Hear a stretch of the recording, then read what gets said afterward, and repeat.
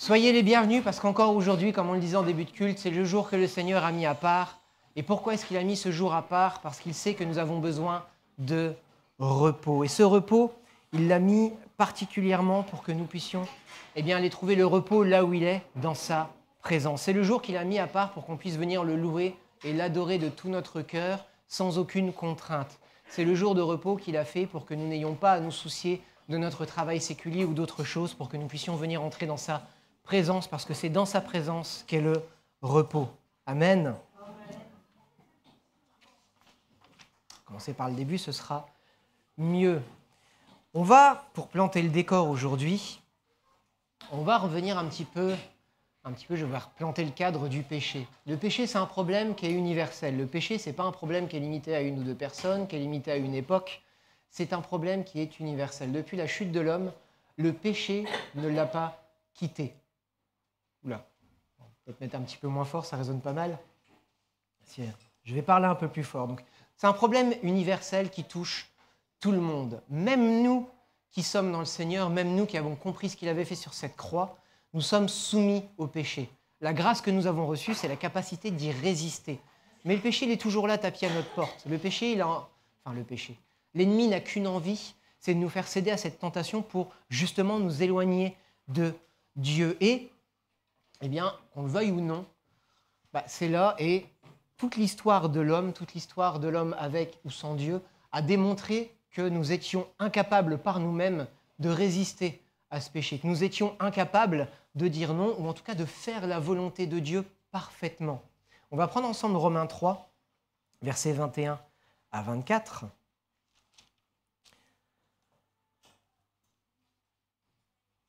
Et on va voir que dans son amour, Dieu nous a offert une solution. Romains 3, versets 21 à 24. Mais maintenant, sans la loi est manifestée la justice de Dieu, attestée dans la loi et les prophètes, justice de Dieu par la foi en Jésus-Christ pour tous ceux qui croient. Car il n'y a pas de distinction, tous ont péché et sont privés de la gloire de Dieu, et ils sont gratuitement justifiés par sa grâce, par le moyen de la rédemption qui est dans le Christ Jésus. La Torah, l'Ancien Testament, les Écritures hébraïques, appelez-les comme vous les voulez, c'est pas parce que Jésus est venu qu'elles sont abolies. Au contraire, la Torah, je le rappelle, on l'a déjà dit ici plusieurs fois, ça va être long aujourd'hui, on l'a déjà dit ici plusieurs fois, c'est la volonté révélée de Dieu. Mais cette volonté, elle nous démontre qu'on était incapable par nos propres forces de la mettre en œuvre parfaitement. Alors le Dieu nous dit que si tu vis par la loi, que tu mets en application tout ce qu'elle te demande, tu vivras par elle. Mais on en est incapable par nous-mêmes. On avait besoin que Jésus-Christ vienne, on avait besoin d'avoir cette aide pour nous permettre de vivre la loi autrement. Puisque la loi est accomplie en Jésus-Christ, aujourd'hui, nous n'avons plus qu'à la vivre au travers de Christ. Mais cette loi, elle est toujours là, elle est toujours bonne, mais elle nous démontre, elle nous démontre qu'on est incapable de vivre parfaitement la loi par nous-mêmes, par nos propres œuvres. Et ce qu'a fait Dieu au travers de Jésus-Christ, c'est nous donner un moyen d'entrer dans sa volonté, pas par nos propres forces, mais par ses propres forces. Ce qu'a fait Christ sur cette croix, c'est prendre sur lui le poids des péchés de tout le monde, mais pas en global, ça j'aime bien le rappeler. Il n'a pas pris, c'est bon, le prix il est payé pour tout le monde globalement. Quand il est monté sur cette croix, il pensait à nous en particulier, à chacun d'entre nous. Quand il est monté sur cette croix, c'est à chacun d'entre nous en particulier qu'il pensait, et pour chacun en particulier qu'il le faisait. Mais parce qu'il est ressuscité et parce qu'il est vivant, aujourd'hui nous avons la capacité de dire non au péché, de dire stop au péché. Mais le péché, il est toujours là. Le problème du péché n'est pas encore parfaitement réglé. La justice de Dieu est partiellement accomplie en ce que Christ est mort et ressuscité, mais qu'il n'est pas encore revenu pour accomplir sa justice. Donc le péché, il est toujours là. Et bien que ce problème de péché il concerne tout le monde, aussi bien ceux qui étaient convaincus de péché de justice et de jugement que ceux qui ne l'ont pas été, puisque ce problème concerne tout le monde, il y a quand même des hommes qui ont refusé de prendre à bras-le-corps ce péché. Et quand on voit l'état du monde aujourd'hui, quand on voit à quel point le monde s'enfonce de plus en plus, en tout cas s'éloigne de plus en plus de la volonté parfaite de Dieu, on se dit que ce péché, il est là et de plus en plus grand. Et la parole de Dieu nous avertit, ce péché, il va aller grandissant. Il nous est dit qu'à la fin des temps, le mal serait appelé bien et que le bien serait appelé mal. Il n'y a qu'à voir l'évolution dans ces dernières décennies, il n'y a pas à remonter loin, je prends depuis ma naissance jusqu'à aujourd'hui, je n'ai guère que 40 ans, c'est pas très vieux, mais enfin, on va dire c'est très court sur la période même de l'histoire humaine. Sur ces 40 dernières années, à quel point le monde a fait un virage à presque 180 par rapport à la morale de ce qui était. Je vais juste prendre notre société européenne occidentale. Le virage à 180 degrés qui a été effectué, on avait quand même une société qui était basée sur des principes moraux qui provenaient de la Bible, puisque, je le rappelle, notre société est censée être judéo-chrétienne. Et la société a pris un virage à 180 degrés et s'éloigne de plus en plus de la morale, de la doctrine qui nous a été donnée dans cette parole de la volonté du Seigneur. Donc ce problème, il concerne tout le monde, mais le monde, au lieu de s'y attacher et de dire non, on va essayer de revenir à la volonté de Dieu pour que tous ces malheurs qui nous arrivent cessent, qu'on puisse revenir à la volonté du Seigneur et qu'on puisse retrouver la justice de Dieu, non, plus notre connaissance s'accroît, plus la connaissance de l'homme s'accroît, plus l'homme est entraîné de plus en plus loin de la volonté de Dieu. Romains 1, versets 18 à 25. On est tous concernés, mais la plupart des gens se détournent de cette volonté qu'ils savent bonne pour eux. On voit des gens qui essayent de faire le bien, ils essayent ils essayent de faire la charité, ils essayent de faire du bien aux gens dès qu'ils le peuvent, mais ils ne reviennent pas à Dieu pour autant. C'est un humanisme, c'est toujours centré sur soi, c'est faire du bien pour se faire du bien. On se sent bien quand on a fait du bien. La volonté de Dieu, ce n'est pas simplement se faire du bien. La volonté de Dieu, elle va plus loin que ça. Et ce problème du péché nous empêche justement d'accéder à ce bonheur que Dieu veut pour chacun d'entre nous et qu'il nous a donné au travers de Jésus-Christ. Romains 1, versets 18 à 25. La colère de Dieu se révèle du ciel contre toute impiété et toute injustice des hommes qui retiennent injustement la vérité captive, car ce qu'on peut connaître de Dieu est manifeste pour eux, car Dieu le leur a manifesté. En effet, les perfections invisibles de Dieu, sa puissance éternelle et sa divinité, se voient fort bien depuis la création du monde quand on les considère dans ses ouvrages. Ils sont donc inexcusables puisque, ayant connu Dieu, ils ne l'ont pas glorifié comme Dieu et ne lui ont pas rendu grâce, mais ils se sont égarés dans de vains raisonnements et leur cœur sans intelligence a été plongé dans les ténèbres. Se vantant d'être sages, ils sont devenus fous et ils ont remplacé la gloire du Dieu incorruptible par des images représentant l'homme corruptible, des oiseaux, des quadrupèdes et des reptiles.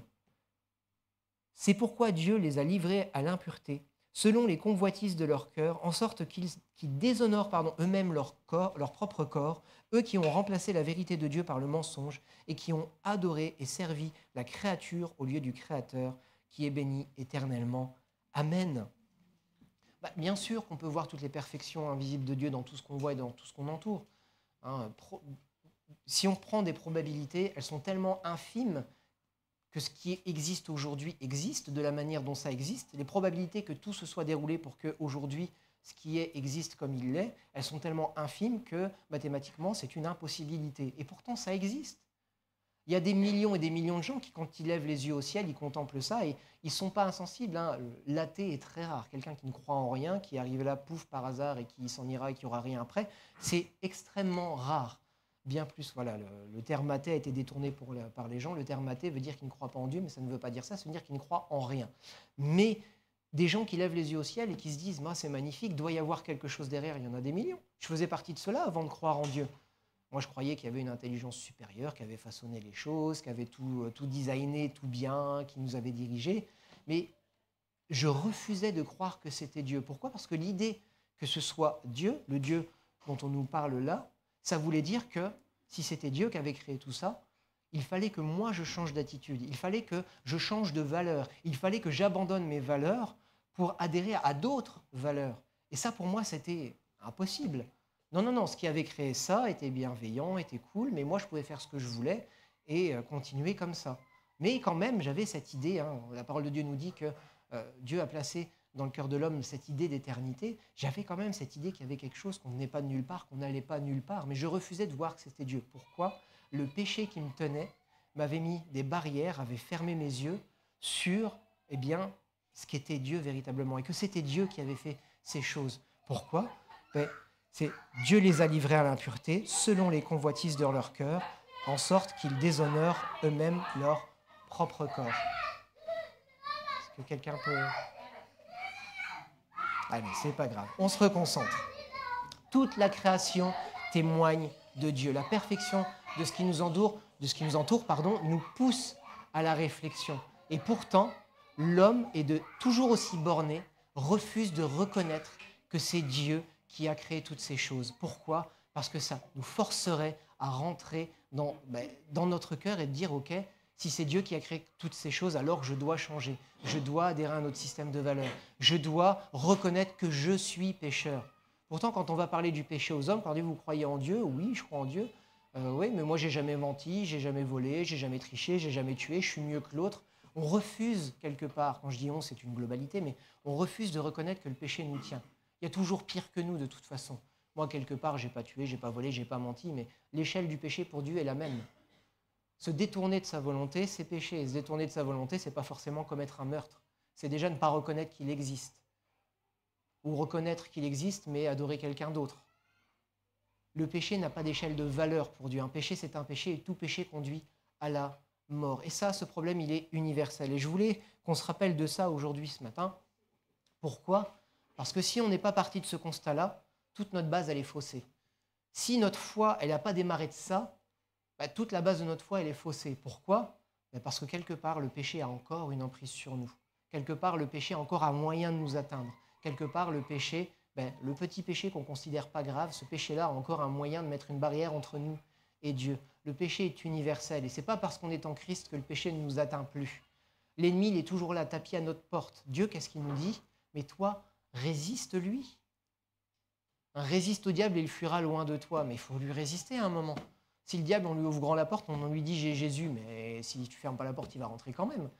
Vincent a toujours cette image de « tu ouvres la porte », il y a un cirque qui passe dans la rue, si c'est une souris qui rentre, tu as de la chance. Si c'est le tigre qui rentre, tu en as un petit peu moins. J'espère pour toi que la sortie de secours, elle est ouverte. Mais Dieu ne veut pas qu'on ouvre les portes, il ne veut pas qu'on laisse l'occasion au péché de justement venir nous détourner de lui, venir mettre une barrière entre lui et nous. Mais il ne faut pas qu'on soit aveugle au péché. Il ne faut pas qu'on lui laisse d'emprise, mais il ne faut pas qu'on fasse comme s'il n'existait pas. Il faut qu'on soit prudent. Cette histoire de péché, elle est toujours là, elle sera toujours là, tant que Jésus ne sera pas revenu pour accomplir sa justice. Et ça, il faut qu'on en soit conscient. Et on voit le monde qui creuse de plus en plus les inégalités, qui creuse le fossé entre la volonté de Dieu et ce qui se passe dans le monde. On voit les riches qui s'enrichissent, quelque part. On peut être envieux de tout ça, parce que les riches s'enrichissent, et le pauvre, mais je ne vais même pas aller aux pauvres, le classe moyenne, comme on le dit dans nos sociétés, on lui tape dessus de plus en plus. Et quel moyen il a de réagir ? Aucun.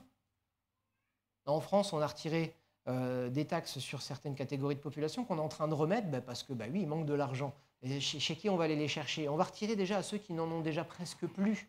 Les riches, ils s'en fichent. Vous interrogez M. Tafarès, lui, il paye ses impôts au Portugal. Quand on lui demande s'il payera ses impôts, si on vient de me les demander, oui, mais lui, il paye ses impôts au Portugal. M. Tafarès, pour ceux qui ne savent pas, c'est le président de Stellantis. Mais en attendant, si comme moi, vous avez un moteur PureTech dans votre voiture, vous avez beaucoup de soucis. Mais vos soucis, il s'en fiche. Lui, il s'est augmenté de je ne sais pas combien, et il paye ses impôts au Portugal. Donc il ne contribuera, oui, je suis français, il ne contribuera même pas à l'impôt français. Lui, il est ultra riche, il s'en fiche, il a les moyens de s'évader fiscalement. Il a les moyens d'avoir encore plus, il a les moyens de faire ce qu'il a envie. Il a les moyens qu'on ne vienne pas l'embêter. Mais nous, qui sommes de classe moyenne, qui n'avons pas ces moyens-là, on est forcé de subir, dans ce monde en tout cas, on est forcé de subir. Mais Dieu, il nous appelle à autre chose. Il ne nous appelle pas à envier ces gens-là. On va prendre le psaume 73 et on va lire 73. On va prendre le psaume 73 et on va lire les versets 1 à 13. Psaume 73, versets 1 à 13.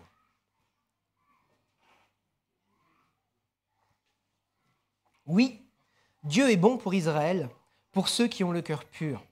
Quant à moi, pour un peu mes pieds allaient fléchir, il s'en est fallu d'un rien que mes pas ne glissent. Car je jalousais les insensés en voyant la prospérité des méchants. Rien ne les tourmente jusqu'à leur mort, et leur corps est replet. Ils n'ont aucune part à la peine des hommes, ils ne sont pas frappés avec les humains. Aussi l'orgueil leur sert de collier, la violence est le vêtement qui les enveloppe, leur figure est débordante de graisse. Les imaginations de leur cœur dépassent la mesure. Ils raillent et parlent méchamment d'opprimés. Ils parlent haut. Ils élèvent leur bouche jusqu'aux cieux et leur langue se promène sur la terre. Voilà pourquoi son peuple en arrive là, on avale l'eau abondamment. Et l'on dit, comment Dieu le connaîtrait-il? Y a-t-il même de la connaissance chez le Très-Haut? Ainsi sont les méchants. Toujours tranquilles, ils accroissent leur richesse. C'est donc en vain que j'ai purifié mon cœur et que j'ai lavé mes mains dans l'innocence. Quand on se donne de la peine pour le Seigneur, quand on essaye de faire notre maximum, quand on se tourne vers lui pour trouver sa face, qu'on voit qu'on galère, qu'on voit qu'on a problème sur problème, qu'on voit que, eh bien, il n'y a rien qui va comme ça va pour les gens qui n'ont aucun problème, comme ça va pour les gens qui ont de l'argent, comme ça va pour les gens qui refusent de mettre leur confiance en Dieu, qui même se moquent de Dieu. Il y a les très très riches aujourd'hui, qu'est-ce qu'ils font? Il y en a deux, je ne vais pas les nommer, il y en a un qui pense pouvoir aller sur Mars et l'autre qui pense pouvoir délocaliser toute l'industrie qu'il y a sur la Terre et qui pollue en orbite. Ils sont à des lieux d'avoir les mêmes préoccupations que nous. Pour beaucoup d'entre nous, la seule préoccupation, c'est est-ce que je vais savoir tenir jusqu'à la fin du mois? Est-ce que je vais pouvoir me nourrir convenablement? Est-ce que je vais pouvoir nourrir mes enfants? En ce moment, c'est est-ce que je vais avoir un véhicule quand je vais reprendre le travail? On a d'autres préoccupations que ces gens-là. Pourtant, ces gens-là, Dieu, ils s'en fichent, vous les voyez, tout va bien. La seule préoccupation, c'est leur projet, c'est leur bien-être. C'est même s'ils pensent agir au nom de l'humanité. Quelque part, vous prenez toute l'industrie, vous la mettez en orbite, il n'y a plus de pollution sur Terre, tranquille, l'humanité va bien. Hein, la Terre, elle est foutue, vous emmenez tout le monde sur Mars. Tranquille, hein, il n'y a plus de soucis. Mais ce n'est pas nos préoccupations. Ce n'est pas la volonté de Dieu. La volonté de Dieu, c'est qu'on se préoccupe des hommes et des femmes qui sont là, sur cette terre, qui ont besoin d'entendre parler de lui, qu'on pourvoie à la veuve, à l'orphelin, qu'on s'occupe des pauvres aussi, qu'on s'entraide les uns les autres. Ces gens sont à 1000 lieues et pourtant ces gens prospèrent. Ces gens ont de l'argent, on ne peut plus savoir qu'en faire. Ces gens se battent pour la première place de celui qui est le plus riche sur la terre, ça se compte en milliards. C'est des chiffres tellement aberrants que ça ne veut rien dire pour nous. Bon, déjà, vous me donnez 1 million, je ne saurais pas trop quoi en faire, peut-être quelques idées, mais vous me donnez des milliards. Je ne sais pas. Dépasser la maison, prendre soin de ceux qui sont autour de moi, changer de voiture. Au-delà de ça, j'ai pas de moi. Peut-être investir, créer une société, et encore, c'est une société pour quoi faire. Mais ces gens-là, ils ont de l'argent, à ne plus savoir qu'en faire, ils ont des projets, à ne plus savoir qu'en faire, et cet argent leur permet de vivre à des lieux de la volonté du Seigneur. Et nous, on est là, on galère. On croit en Dieu, on croit en ses promesses, mais on voit ça et on se dit au bout d'un moment, mais eux, ils ont facile. Eux, ils ont facile. Et on n'est pas, comme je vous disais, le péché, il est tapis à notre porte. Hier, j'étais à match. Un point de course, voilà, on était là pour le goûter. Je vais me rechercher un flan, une brioche et des pains au chocolat. Bref, j'avais été chercher les pains au chocolat sur l'étalage. Oui, match, ouais, c'est vrai, je ne devrais pas faire de pub, mais bon, c'est pas grave. Le code barre était plié. Je suis à la caisse rapide. Il n'y a pas de femme, il n'y a personne. Donc, je me dis, il va falloir que j'appelle quelqu'un. Mais tu as quand même la pensée qui m'a traversé, mais personne ne le verra si tu les prends et que tu t'en vas comme ça. Mais quelque part, oui. Personne ne le verra. Ouais, c'est que 3,99 €. Mais dans mon cœur, je me suis dit, mais non, mais c'est du vol, Kader, tu ne peux pas. Tu appartiens à quelqu'un d'autre, tu ne peux pas. Mais on en est là, le péché tapis à notre porte pour 3,99 €. Ouais, si tu les prends, il n'y a personne qui le verra, c'est la caisse rapide. Voilà les préoccupations qu'on peut avoir et voilà comment le péché est tapis à notre porte. Dans les moindres petits détails, je ne m'y attendais pas. J'étais parti à match, on le fait régulièrement, on peut faire des courses d'un point, 5 € par-ci, 10 € par-là. Hein, on est déjà dans le négatif rouge depuis un bon moment, depuis le mois, mais bon, ça va, la paye, elle arrive bientôt. Mais voilà, tu vas t'en aller avec tes pains au chocolat sans les payer, mais Kader, qu'est-ce que tu fais? C'est du vol, pourquoi tu penses ces choses-là? Non, non, pardon Seigneur d'avoir pensé ces choses-là, mais voilà où on en est, voilà à quel point on peut être envieux. Ça serait tellement facile d'arrêter à un moment. Ce serait tellement facile de ne plus avoir cette morale. Ça serait tellement facile de dire, bon allez, j'en ai marre, je triche, je mens pour résoudre mes problèmes. Et là, le psalmiste, il est dans cette situation-là, il voit les méchants.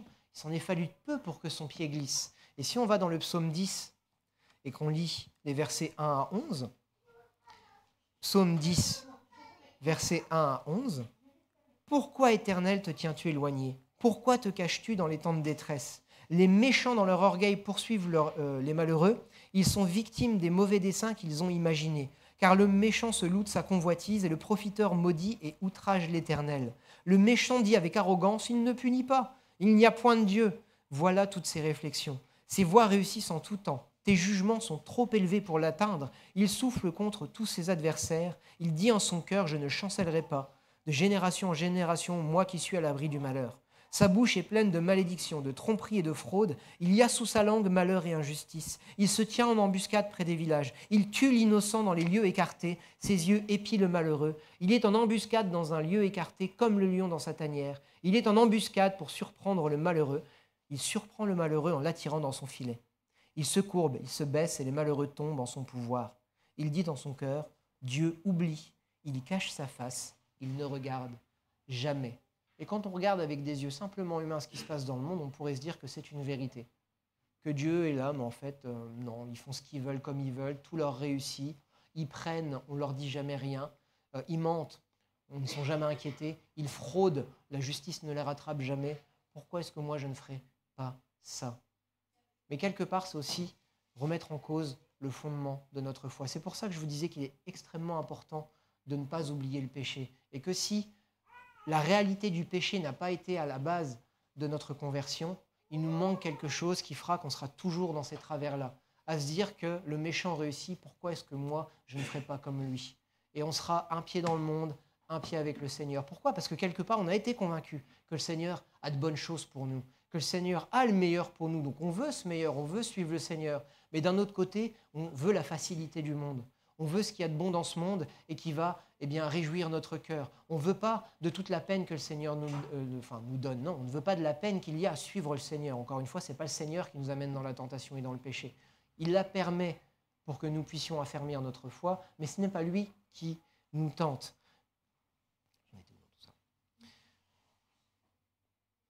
Ça va aller, la nuit a été courte, malgré l'heure supplémentaire, la nuit a été courte. Mais ce n'est pas le Seigneur qui veut qu'on tombe. Mais malheureusement, l'épreuve, elle est là devant nous. Et si le péché n'est pas une réalité dans notre vie, si la conscience du péché n'est pas une réalité dans notre vie, le péché qu'on aura oublié, il va très très vite se rappeler à nous.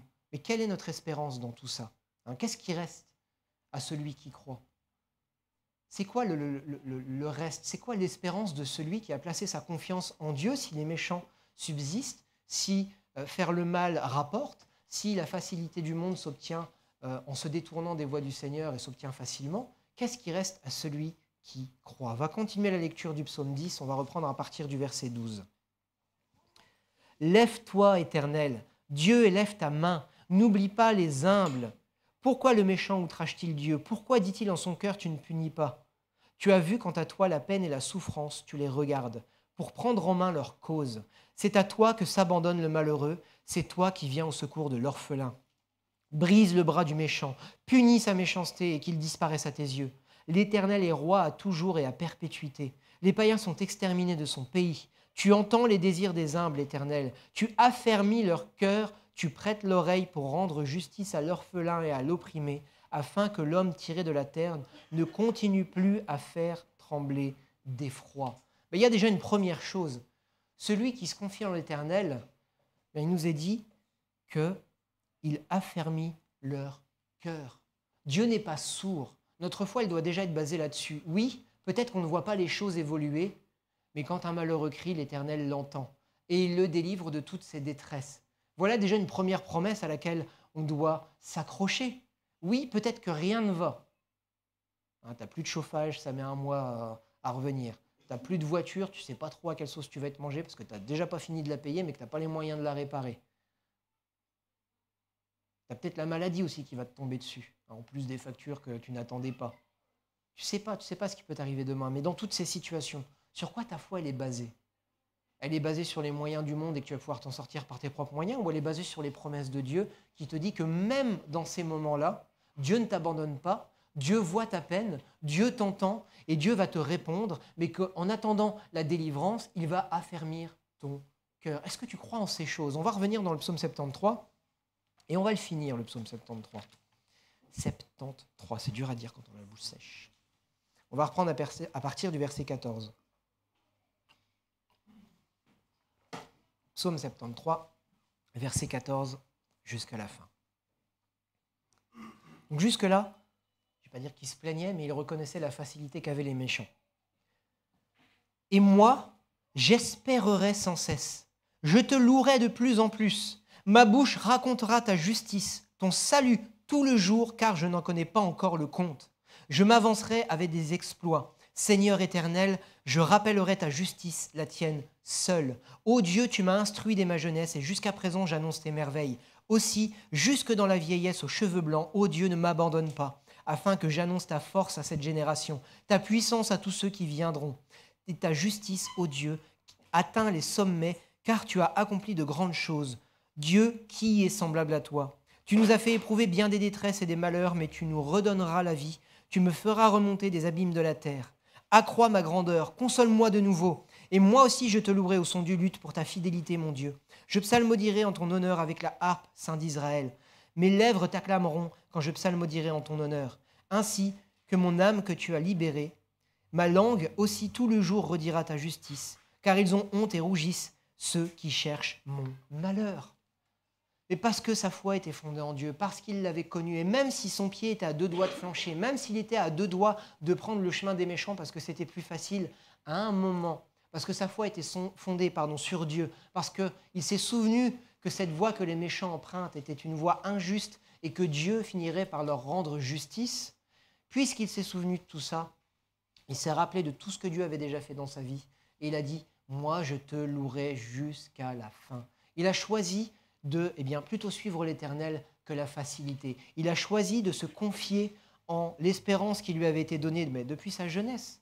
Peut-être qu'on est allé plus si jeune que ça, et peut-être que notre foi, elle est peut-être récente et qu'on est plus si jeune, mais là, il n'est pas forcément parlé de jeunesse, jeunes et vieux qu'on a chanté tout à l'heure, jeunes et moins jeunes, j'aurais peut-être dit, mais peut-être que tu n'es plus si jeune que ça, mais que dans ta foi, tu es peut-être jeune, tu as encore besoin d'être affermi. Qu'est-ce que c'est?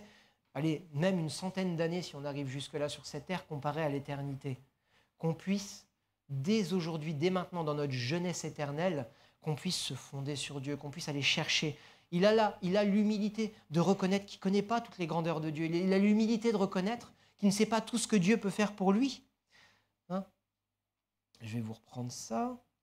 Ma bouche racontera ta justice, ton salut tout le jour, car je n'en connais pas encore le compte. Il reconnaît qu'il n'a qu'une connaissance partielle de Dieu et que plus ça va aller, plus il va le connaître et plus il pourra le louer. Mais là où on en est arrivé aujourd'hui, où est-ce qu'on en est? Est-ce qu'on a choisi la facilité parce que c'était plus simple, parce que c'était trop difficile? Je ne vous jette pas la pierre. Il y a des fois, c'est trop difficile. Hier, le péché a failli me rattraper. Non, je n'en étais pas à sortir, mais la pensée m'a traversé. J'en avais tellement marre d'avoir problème sur problème, d'entendre les frères et les sœurs qui avaient aussi des difficultés, de se dire « Mais Seigneur, quand est-ce qu'on en sortira ?» Pour 3,99 €, la pensée m'a traversé. T'embête pas à aller chercher quelqu'un, prends-les, personne ne le verra. Voilà comment on peut être facilement rattrapé. Mais merci Seigneur, grâce à Dieu, j'ai déjà expérimenté tellement de choses avec lui. Je sais que non seulement il se charge de mes problèmes, merci Seigneur, mon problème de chaudière est réglé, c'est déjà une bonne chose. Je sais qu'il se chargera de mon problème de voiture, je ne sais pas comment, mais je sais qu'il s'en chargera. Je sais qu'il se chargera des problèmes des frères et des sœurs, je ne sais pas comment, mais il le fera. Pourquoi? Parce qu'il est fidèle, c'est sa parole qui me le dit. Parce qu'il est fidèle, je l'ai déjà constaté dans ma vie, et parce qu'il est fidèle, parce que je l'ai déjà constaté dans la vie de mes frères et de mes sœurs. Je préfère me baser là-dessus que sur l'espérance temporaire de ce monde, que ce que ce monde pourrait me donner. Pourquoi? Parce qu'une fois que ce monde m'aura donné, il me reprendra tout aussi vite. Une fois qu'il y aura une facture de régler, il y en aura une autre qui arrivera. Une fois qu'il y aura un problème de régler, il y aura un autre qui arrivera. La seule espérance éternelle qui m'a été donnée, c'est Jésus-Christ. La seule espérance éternelle qui m'a été donnée et que je constate dans ma vie jour après jour quand je me conforme à cette volonté que Dieu m'a donnée et que je veux la suivre et que je veux la mettre en pratique, j'ai cette attestation dans mon cœur à cause de la joie surnaturelle qui m'est donnée, que cette espérance qui m'a été donnée en Jésus-Christ, elle est vraie. L'espérance qu'une fois que ces tribulations sur cette terre seront terminées, je serai pour l'éternité avec lui et qu'il n'y aura plus de soucis. Et ce n'est pas simplement une espérance de peut-être on verra, c'est une chose qui m'a été donnée, qui est attestée chaque jour dans mon cœur, quand dans la difficulté, j'ai une joie et une paix qui surpassent toute intelligence. Quand tu es dans la difficulté, que tu en as marre, que tu en as par-dessus la tête et que tu as 2 doigts de craquer, et que quand tu te tournes vers Dieu, à un moment, tu as une paix et une joie qui te remplissent, et tu te dis, ok, je suis dans les problèmes. Ce n'est pas les problèmes s'envolent et disparaissent. Ce n'est pas gling-gling, 777, et c'est bon, tous mes problèmes sont réglés. Non, les problèmes, ils sont toujours là. Ça, il n'y a pas de souci. Ma voiture, elle est toujours au garage, j'en ai toujours pas d'autres. Mais j'ai cette paix dans mon cœur de me dire, ok, oui, peut-être que ma voiture, elle est au garage, mais Dieu va s'en charger. Dieu ne va pas me laisser comme ça. Et j'ai une paix. C'est pas Dieu ne va pas me laisser comme ça et quand est-ce qu'il va agir? Non, c'est C'est tout, j'ai la voiture allée au garage, on n'a pas de chaudière, on nous facture, on est dans le rouge. Bon, Dieu a déjà été fidèle, il le sera encore. Ce n'est pas une paix qui vient de moi, ce n'est pas une paix parce qu'il y a une solution qui se présente, ce n'est pas une paix parce que je me suis piqué, ce n'est pas une paix parce que j'ai pris des anxiolytiques, ce n'est pas une paix parce que je sais que j'ai une bouée de secours derrière. Non, je n'ai pas des parents riches qui vont pouvoir allonger l'argent comme ça non plus. La seule bouée de secours que j'ai, c'est l'Éternel. C'est la seule bouée de secours que j'ai. Cette bouée de secours, elle est suffisante. Pourquoi ? Parce qu'il a déjà prouvé qu'il était capable de pourvoir dans toutes les situations. Que ce soit de pourvoir, j'ai envie de dire physiquement, voiture, facture, tout ce que vous voulez, mais surtout en paix et en joie. Mon âme n'a pas à craindre. Pourquoi ? Parce qu'elle se confie en l'Éternel. Amen. Amen.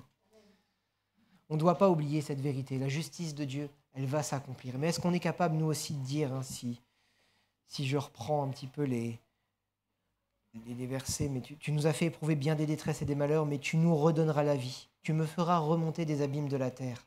Est-ce qu'on est capable de dire, ok, je suis plus bactère aujourd'hui, je suis tellement mal que ça ne va pas, mais tu me feras remonter de tout ça. Je ne crains pas parce que dans la difficulté aujourd'hui, dans la difficulté où je suis, je sais que c'est toi qui vas m'en délivrer et c'est toi qui vas me restaurer. La première différence que Dieu fait quand il vient se révéler à quelqu'un, ce n'est pas une différence tout de suite visible, c'est pas allez, pouf, tout lui réussit, il a de l'argent, il a la facilité. Non, c'est déjà une différence dans le cœur. La paix et la joie que le monde recherche, Dieu la donne. Il la donne librement, il la donne sans contrainte. Puisqu'il sait que tu as besoin, il va déjà pourvoir à ce niveau-là. Cherchez le royaume des cieux et sa justice. Tout le reste vous sera donné par-dessus. Tout le reste, on pense souvent au manger, en boire, aux vêtements, et c'est déjà la paix et la joie. Parce que s'il ne nous donnait pas la paix et la joie, rechercher le royaume des cieux, c'est quoi ? C'est rechercher la volonté de Dieu, la mettre en pratique. Mais la volonté de Dieu, elle va à l'encontre de la volonté du monde. Donc ça veut dire que chercher son royaume, c'est aller à contresens du monde, c'est aller en opposition, c'est se frotter, c'est devoir dire des choses qui vont à l'encontre de la pensée du monde et pour lesquelles on peut être condamné. Aujourd'hui, on peut aller aux prisons à cause de nos opinions, même dans nos pays. Si on dit certaines choses, si on dit ce qui est véritablement la famille, si on dit ce qui est pour Dieu et ce qui est donc véritablement les relations entre un homme et une femme, on peut aller en prison à cause de ça. Pourquoi ? Parce qu'on va à l'encontre de la pensée du monde et qu'on est intolérant. Mais je ne sais pas si vous avez vu certaines vidéos comme moi de jeunes, plus des jeunes femmes malheureusement, avec des cheveux roses, bleus, qui aboient sur des gens qui proclament cette parole. C'est ça la tolérance ? Tu as une bande d'une vingtaine de femmes qui sont là, mais qui aboient, littéralement. Je ne vous dis pas qui aboient, qui vocifèrent, non, qui aboient littéralement sur des gens qui disent que, non, la famille, c'est ça, et nous, on s'élève contre ce que vous nous dites. Et c'est ça la tolérance. C'est ça là où le monde veut nous amener. C'est ça les gens qui veulent nous diriger et contrôler notre pensée. Il est temps qu'on s'élève contre ces choses, qu'on sache qui on est et qu'on sache ce qu'est le péché, qu'on s'élève contre ce péché et qu'on aille chercher en Dieu le secours dont on a besoin pour résister à ce péché et pour se forger une véritable identité. Sans quoi, il n'y aura rien d'autre.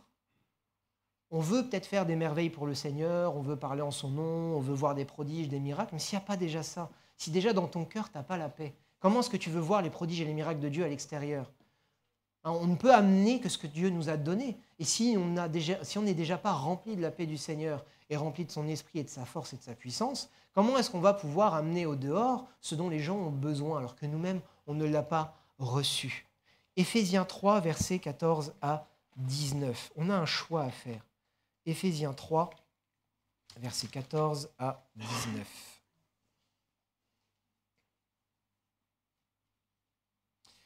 C'est pourquoi je fléchis les genoux devant le Père, de qui toute famille dans les cieux et sur la terre tire son nom, afin qu'il vous donne, selon la richesse de sa gloire, d'être puissamment fortifiés par son esprit dans l'homme intérieur, que le Christ habite en vous, dans vos cœurs, par la foi, et que vous soyez enracinés et fondés dans l'amour, pour être capables de comprendre avec tous les saints quelle est la largeur, la longueur, la profondeur et la hauteur, et de connaître l'amour du Christ qui surpasse toute connaissance, en sorte que vous soyez remplis jusqu'à toute la plénitude de Dieu.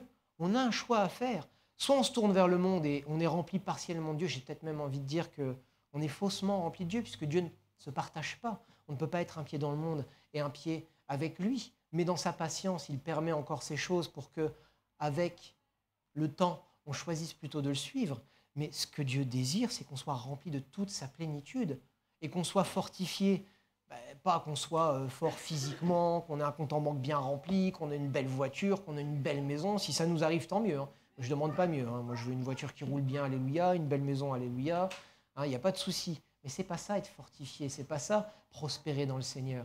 Qu'est-ce que Paul souhaite à Timothée? Qui prospère à tous égards comme prospère l'état de son âme. Dieu veut que nous soyons fortifiés dans notre homme intérieur. Pourquoi? Parce qu'une fois que tu seras fortifié dans ton homme intérieur, il peut t'arriver n'importe quoi. Tu peux perdre la santé, tu peux perdre ta famille, tu peux perdre ton service, tu peux perdre tes amis, tu peux même perdre ton assemblée. Ta foi, elle est fondée sur Christ et Christ seul. Si ta foi, elle est fondée sur autre chose que Christ, il y a un moment, l'ennemi saura où te trouver, où appuyer, il saura quoi te mettre devant le nez pour te faire chuter et te faire oublier toutes ces choses que Dieu a déjà faites dans ta vie. Mais si tu es fortifié dans ton être intérieur, si la fondation de ta foi, elle se trouve sur Jésus-Christ seul, et que ce fondement, il est solidement, je ne sais pas quel autre mot, mais s'il est solidement établi en toi, il pourra se passer n'importe quoi, et on en a déjà parlé il n'y a pas longtemps, la tempête pourra souffler, tout ce que tu as construit pourra tomber, il te restera quand même ta foi en Dieu. Et ton espérance, elle sera toujours là. Et tu mettras déjà une différence entre toi et ceux du dehors, entre toi qui as mis ta foi en Dieu et celui qui n'a pas mis sa foi en Dieu. Il y aura déjà une différence à ce niveau-là.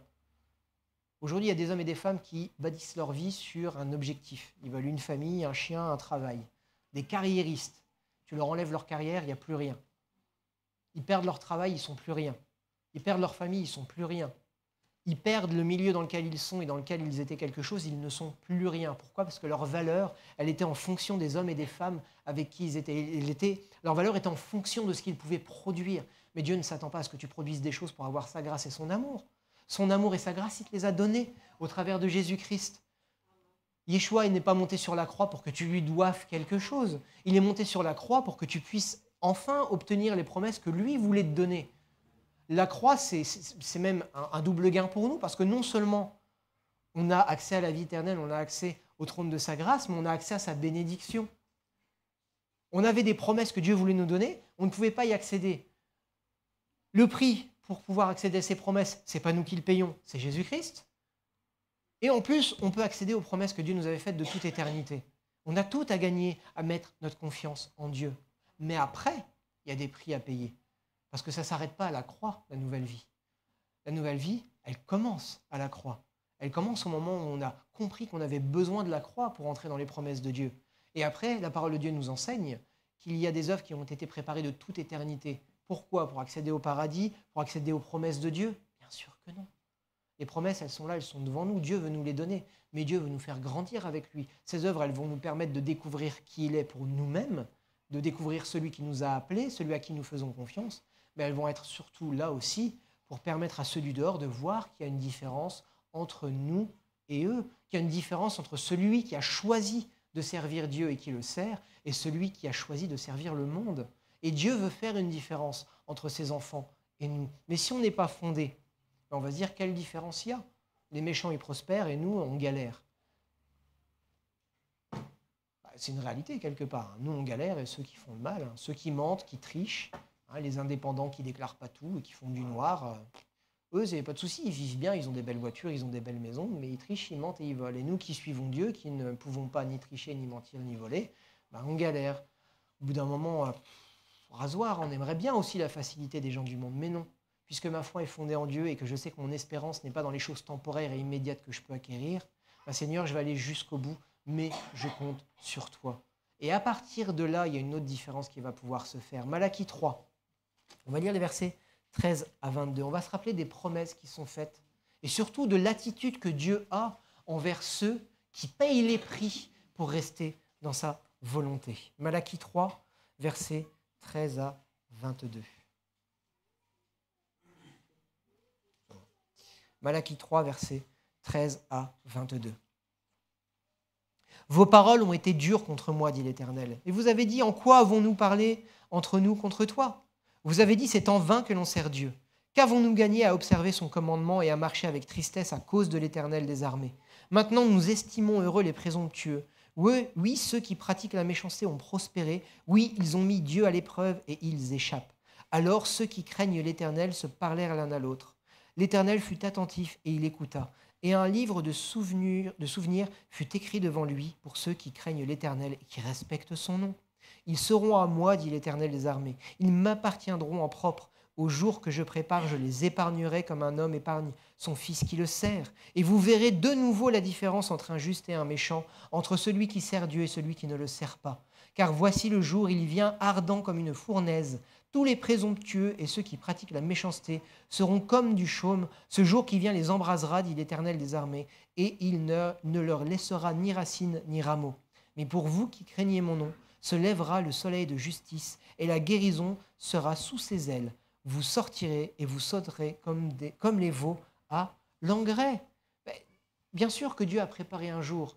Bien sûr que Dieu sait que le méchant pour l'instant prospère, mais il y a un jour de justice qui arrive. Vous foulerez les méchants car ils seront comme de la cendre sous la plante de vos pieds au jour que je prépare, dit l'Éternel des armées. Oui, ce que nous payons comme prix aujourd'hui, l'Éternel ne l'a pas oublié et il se réserve un jour où la justice que nous avons mis en œuvre, les prix que nous avons payés, toute la peine que nous nous sommes donnée, portera enfin son fruit et le méchant ne prospérera plus. Et aujourd'hui, le méchant qui est au-dessus de nous et qui nous piétine, eh bien ce sera nous qui serons au-dessus de lui et lui qui sera piétiné. Pourquoi? Parce que Dieu est méchant et qu'à ce moment-là, on sera méchant avec lui? Non, parce qu'ils n'auront pas voulu suivre la justice de Dieu tant que la patience de Dieu était en œuvre. Quand Yeshua prend le rouleau de la parole et qui dit que cette parole est accomplie, que ce qu'il est venu proclamer une année de grâce, lui s'arrête là. Il est venu proclamer une année de grâce. Mais à la fin, quand on reprend le texte dans les écrits hébraïques, et un jour de justice et un jour de vengeance pour l'Éternel. Donc il y a un temps de patience qui est long, une année par rapport à un jour. Une année, c'est 365 fois plus long qu'une journée. Donc il y a une année de grâce, il y a un temps qui va être long, qui va être conséquent, où l'homme pourra se tourner vers Dieu, mais il va y avoir un jour où ça va s'arrêter et où la justice de Dieu s'accomplira, non pas qu'il soit méchant, mais il aura donné toutes les occasions possibles et inimaginables à l'homme de se tourner vers lui. Pourquoi? Premièrement, parce que toute la création témoigne de Dieu. Ils n'ont aucune excuse. Il y a des millions, peut-être même envie de dire des milliards maintenant sur la terre d'hommes et de femmes qui se tournent, qui voient la création et qui voient la main de quelqu'un ou quelque chose derrière, qui voient une volonté que les choses soient comme elles le sont, mais qui ne se tournent pas pour autant vers Dieu. Souvenez-vous de la loi de mon serviteur Moïse auquel j'ai donné en Horeb pour tout Israël des prescriptions et des ordonnances. Le moyen de suivre le Seigneur et d'être béni, c'est de se souvenir des prescriptions et des ordonnances de Dieu. Et ces lois qu'on ne pouvait pas suivre par nous-mêmes, Yeshua les a accomplies en mourant à notre place sur cette croix pour que nous puissions les vivre au travers de son sacrifice. On est incapable de vivre la loi par nous-mêmes, mais au travers de Christ, on est capable de la pratiquer, cette loi, d'une manière spirituelle. Pourquoi? Parce qu'il met quelque chose de nouveau dans notre cœur. Acte 2, versets 16 et 21. Qu'est-ce qu'il met de nouveau en nous? Ses serviteurs et ses servantes. Qu'est-ce qu'il met de nouveau en nous? Acte 2, versets 16 à 21. Mais c'est ce qui a été dit par le prophète Joël dans les derniers jours, dit Dieu. Je répandrai de mon esprit sur toute chair. Vos fils et vos filles prophétiseront. Vos jeunes gens auront des visions et vos vieillards auront des songes. Oui, sur mes serviteurs et sur mes servantes, dans ces jours-là, je répandrai de mon esprit et ils prophétiseront. Je ferai des prodiges en haut dans le ciel et des signes en bas sur la terre, du sang, du feu, une vapeur de fumée. Le soleil se changera en ténèbres et la lune en sang avant que vienne le jour du Seigneur, ce jour grand et magnifique. Alors, quiconque invoquera le nom du Seigneur sera sauvé. Amen. C'est sur ses serviteurs et sur ses servantes. Est-ce qu'un employé, s'il va travailler pour l'entreprise d'en face, c'est un vrai employé? Non. C'est, je sais pas, un espion industriel, je sais pas comment on peut qualifier ça, mais quelqu'un qui va travailler pour la concurrence, c'est pas un bon employé, c'est pas un bon serviteur. Il faut qu'on choisisse notre camp à un moment. L'Esprit du Seigneur, il vient sur les serviteurs et sur les servantes. Eux, ils étaient là dans la chambre haute. Ils ont attendu là, les apôtres et tous les disciples à l'époque. Ils sont enfermés, ils ont obéi. Ils ont obéi au Seigneur, ils se sont trouvés ce lieu et ils ont prié, ils se sont réunis en attendant le cadeau que le Seigneur voulait leur donner. Mais ils ne savaient pas ce que le Seigneur voulait leur donner. Peut-être que, puisqu'ils connaissaient les Écritures, ils avaient une idée, je ne sais pas. Mais ils étaient réunis, ils attendaient le cadeau du Seigneur. Mais c'était des serviteurs et des servantes, parce qu'ils avaient obéi à Yeshua. Avant qu'ils s'en aillent, ils avaient reçu des instructions et ils ont obéi. Ils n'ont pas été voir ailleurs où ce serait plus simple. Ils n'ont pas dit « non, il y en a marre, c'est bon, on est enfermé là depuis je ne sais pas combien de temps, on n'a encore rien reçu ». Non, ils ont attendu patiemment. Ils ont attendu, ils ont fait confiance jusqu'au bout et ils ont reçu le cadeau que Dieu voulait leur donner, l'Esprit qui leur permet au travers de paroles, de songes, de prophéties, de connaître la volonté du Seigneur et de la pratiquer. Voilà ce que fait l'Esprit dans nos vies. Souvent, on s'imagine qu'on va recevoir des rêves. Il y en a qui en reçoivent, alléluia. Moi, je ne rêve pas, mais en tout cas, je ne m'en souviens pas, donc c'est un peu dommage. On pense qu'on va voir des choses extraordinaires, avoir des visions du ciel ou de l'enfer, hein, ou quoi que ce soit, recevoir des paroles de connaissance et que Dieu va mettre dans notre bouche des paroles qu'on ne connaissait pas. Ça m'est arrivé 2 fois. Et encore, ce n'était pas à cause de mon onction, c'était à cause de l'onction de quelqu'un qui avait ce don particulièrement là et on avait prié. C'était une réunion des jeunes un peu particulière. Ça m'est arrivé 1 fois. La volonté du Seigneur, comment je la découvre? Quand je passe du temps dans ma parole. Et quand le Saint-Esprit vient me dire cette parole, elle est pour toi dans ta vie, pour ce domaine-là, qui vient me convaincre que ça a changé et que cette parole va m'aider. C'est dans ma recherche, dans mon temps intime avec le Seigneur que je trouve les réponses à mes questions. C'est quand je cherche à mettre en pratique la justice du Seigneur parce que je veux le servir et parce que j'ai arrêté de me servir des moyens du monde pour arriver à mes fins. Parce que je veux voir la gloire de Dieu dans ma vie. Et tous ceux qui veulent voir la gloire de Dieu dans leur vie, qui abandonnent les choses du monde, il y a toute une vie, hein, je vous rassure. On n'est pas capable de comprendre du jour au lendemain, pouf, je me convertis et pouf, j'ai toute la connaissance. Ça n'existe pas, ça n'arrive pas. Mais jour après jour, au travers des épreuves qui se présentent à nous, au travers du renouvellement de notre intelligence et de notre sagesse, Dieu va nous montrer comment évoluer, comment changer, comment accomplir sa volonté. Et au fur et à mesure de cette transformation, on va être à même de pouvoir le servir de mieux en mieux, de pouvoir témoigner de mieux en mieux de ce qu'il est et de qui il est. Mais pour ça, il faut qu'on démarre quelque part. Il faut qu'on décide volontairement de dire non au péché, de dire oui à Dieu. Pas un petit peu, pas de laisser un péché ou deux de côté, mais de dire oui entièrement à Dieu dans tous les domaines de sa vie. Même si ça peut être compliqué, même si ça peut nous paraître difficile et infaisable, il y a des domaines de ma vie où je pensais que c'était infaisable. Je ne pensais pas que Dieu pouvait me secourir. Et j'avais des addictions, notamment aux jeux vidéo, je ne pensais pas que c'était possible. Et ça, par contre, ça a été une grâce de Dieu, du jour au lendemain, plus en vie. J'ai pas touché une console pendant au moins, je sais pas, peut-être demander à mon épouse. Non, elle est à côté avec les enfants. Pendant au moins 4 ans, je pense. Et à un moment, on avait toujours... En plus, les consoles n'étaient pas forcément rangées, elles étaient devant. Et à un moment, on voit la console, puis je reçois, tiens, ce serait sympa de faire une partie.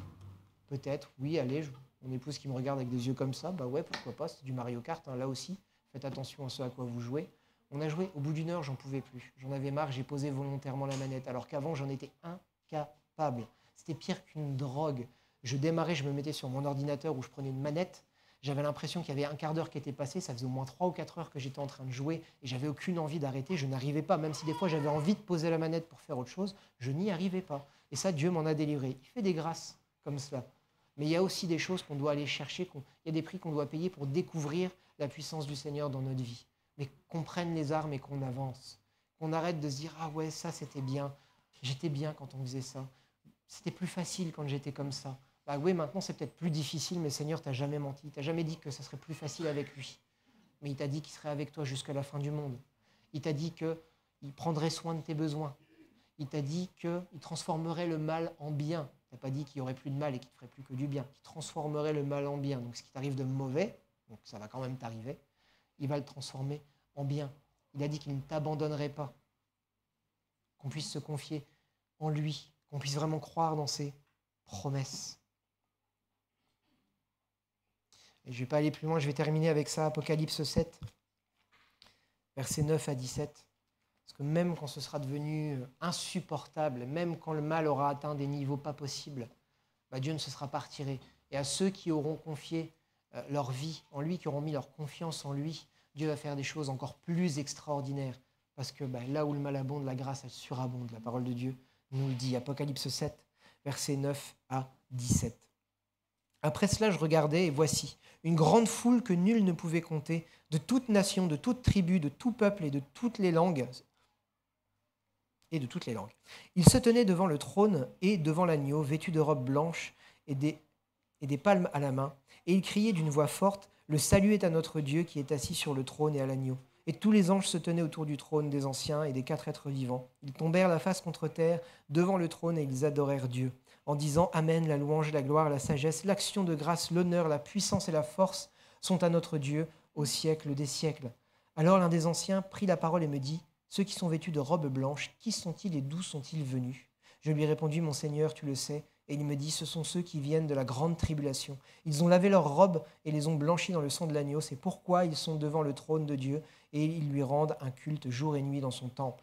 Celui qui est assis sur le trône dressera sa tente sur eux. Ils n'auront plus faim, ils n'auront plus soif, et le soleil ne les frappera plus, ni aucune chaleur, car l'agneau qui est au milieu du trône les fera paître et les conduira aux sources des eaux de la vie, et Dieu essuiera toute larme de leurs yeux. » Et ces gens dont on nous parle là, qui ont vécu les dernières tribulations avant d'être enlevés, je ne sais pas quand on sera enlevé, hein, avant, non, pendant, peut-être, après, peut-être, là encore, il n'y a rien d'écrit.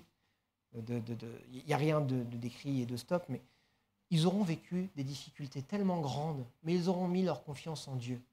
Ils l'auront vu agir, et parce qu'ils auront été jusqu'au bout du combat, voilà quelle est leur place, devant le trône, à louer et à adorer Dieu pour l'éternité.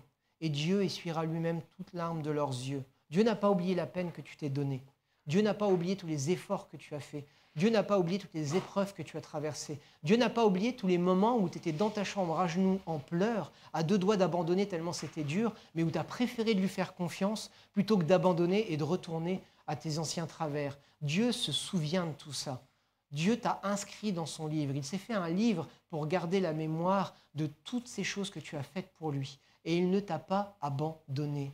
Mais toi, résiste au diable jusqu'au bout. Combat le bon combat.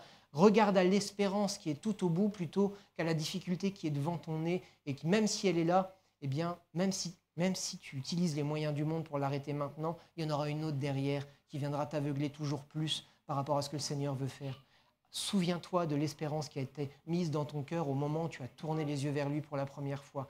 Fie-toi à ça et tu verras une vraie différence. Déjà en toi, parce que tu recevras une paix et une joie qui surpassent toute intelligence, qui ne vient pas de ce monde.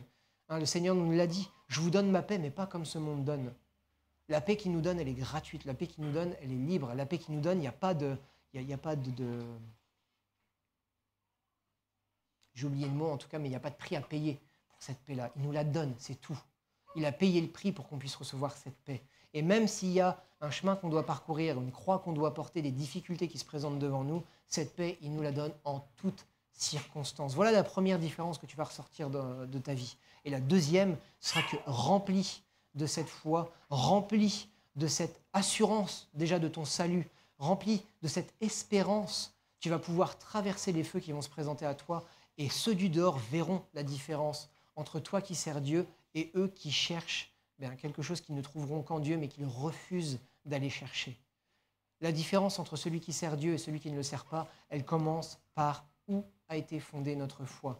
Est-ce que le péché, tu l'as, ouf, allez, Jésus l'a payé, il est derrière nous, tout va bien, ah, bon, ça c'est pas grave, Jésus va me pardonner. Ou est-ce que tu as pris au sérieux le problème du péché? Est-ce que tu as reconnu que même si Dieu avait envoyé son Fils, qu'il était mort, qu'il était ressuscité pour toi et que tu l'avais accepté, est-ce que même dans cette condition, tu te rappelles que le péché est tapis à ta porte, hein, pour que quand il vienne faire, tu dises non. Non, toi, je ne t'ouvre pas parce que tu ne fais pas la volonté de mon Père. Et moi, je veux faire la volonté de mon Père qui est dans les cieux. Malgré ce que ça peut me coûter, malgré ce que ça va me coûter déjà physiquement, peut-être même me coûter moralement, même si tu es au fond du trou, est-ce que ta foi elle est fondée sur Christ? Et si ta foi elle est fondée sur Christ, je peux te dire qu'il n'y a rien qui va te déraciner. Et au contraire, c'est là que tu vas commencer à marquer les gens. Parce que les gens qui sont autour de toi vont voir que par ta foi, tu as autre chose qu'eux n'ont pas et qu'ils voudraient bien avoir. Souvent, on s'imagine que la différence entre celui qui sert et celui qui ne sert pas, c'est qu'à un moment, Dieu va arriver et pouf, hop, il va nous donner tout ce qu'on voulait, il va, pouf, guérir, faire des grands... Non, ça commence déjà dans ton attitude. Ça commence déjà dans la paix et la joie qu'il va te donner. Les hommes recherchent la paix et la joie. Qu'est-ce qu'un junkie cherche quand il se shoot? Alors, il aura peut-être volé, tué, pour avoir suffisamment d'argent pour pouvoir se payer son fixe, mais qu'est-ce qu'il cherche? Il cherche à s'échapper de ce monde. Combien sont nombreux les hommes et les femmes qui en ont marre de ce monde-là et qui voudraient autre chose, et qui par quelque moyen que ce soit l'obtiennent, soit les jeux vidéo comme moi avant, que ce soit la drogue, que ce soit des passions dans lesquelles ils s'investissent tellement que il n'y a plus que ça qui existe et ils ne pensent plus au reste.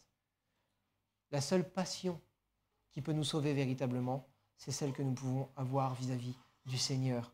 Donc qu'on puisse être rempli de ça, qu'on puisse être fondé sur ça, que notre espérance, elle ne puisse être mise qu'en Dieu, en Dieu seulement, pour que même si tout nous était enlevé, dans les temps difficiles qui arrivent, et moi je suis persuadé qu'ils sont déjà là, peut-être pas encore vraiment chez nous, mais ils sont déjà là bien installés dans le monde et ils ne vont pas tarder à arriver chez nous. Ce n'est pas une prophétie, c'est ma pensée. Et que dans ces moments qui arrivent, on soit fondé sur Christ et qu'on marque une différence. Pour que tant que nous en avons encore l'occasion, les hommes et les femmes puissent voir la main de Dieu agir. Amen. C'est vraiment pressant. Ça fait un moment que j'ai ce thème-là qui me tourne en tête. Mais on n'a plus le temps de jouer. On n'a plus le temps d'avoir un pied à gauche, un pied à droite. On n'a plus le temps d'aller chercher dans le monde ce qui nous plaît et de penser que Dieu va encore répondre à nos attentes. On arrive dans des temps où il va falloir être ferme. Soit on appartient au monde, soit on appartient aux deux, mais faire le grand écart, ça ne va plus être possible, plus très longtemps. Pourquoi il y a des difficultés qui se ramènent tellement grandes que si on a un pied avec Dieu, le monde va nous rejeter, et si on a un pied dans le monde, Dieu va nous rejeter. Voilà, quand on a un pied sur la terre ferme, un pied dans la barque, à un moment on tombe et on n'est plus ni sur la terre ferme, ni dans la barque. Donc qu'on puisse faire des choix, savoir à qui nous appartenons, savoir en quoi notre espérance a été mise, recevoir cette paix et cette joie, et en tant que serviteur, servante, se laisser remplir de la puissance de Dieu pour marquer une différence dans les temps qui sont déjà là. Amen. Amen. Chers internautes, on vous remercie de nous avoir suivis. Nous, on se donne rendez-vous pour les membres de l'Assemblée, donc demain soir pour notre réunion de prière, ce mercredi pour l'enseignement qui sera donné par Vincent, et dimanche prochain pour la prédication à 10h30, comme d'habitude. Soyez bénis, un bon dimanche.